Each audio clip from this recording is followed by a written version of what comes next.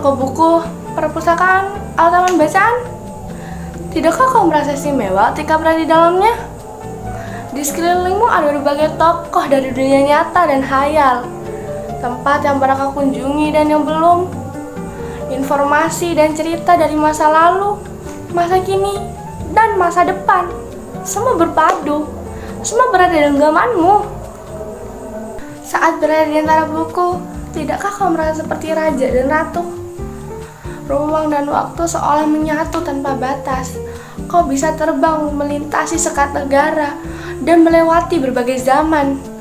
Kau bisa menyelam ke dalam samudera, melayang di angkasa, bercanda dengan aneka satwa, dan berkelana di tengah padatnya kota, juga di rimba raya. Kau tahu, buku adalah jendela dunia, kunci pengetahuan, dan pintu wawasan.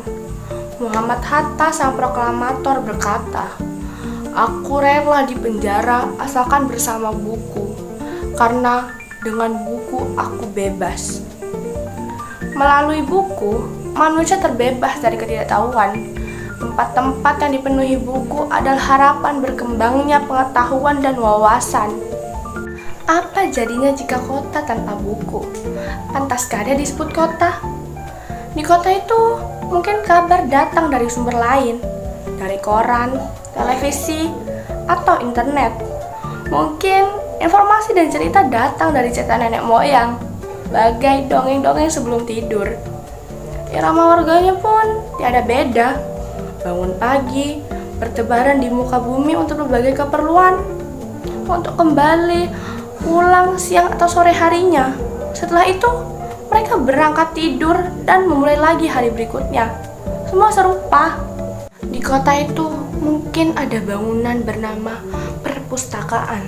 Di dalamnya buku-buku berderet dalam rak yang tak terjamah. Tiada tangan meraih dan membuka halaman demi halaman dengan sukacita. Mungkin juga ada tumpukan buku di sudut-sudut sekolah yang sepi dan berdebu. Jarang dikunjungi, jarang dibaca. Buku-buku di sana teronggok tanpa nyawa. Bagaimana dengan kotamu? Mungkin kau tinggal di tengah kota yang megah, atau di gang sempit, di desa terpencil, di sisi pesisir, atau di kaki gunung.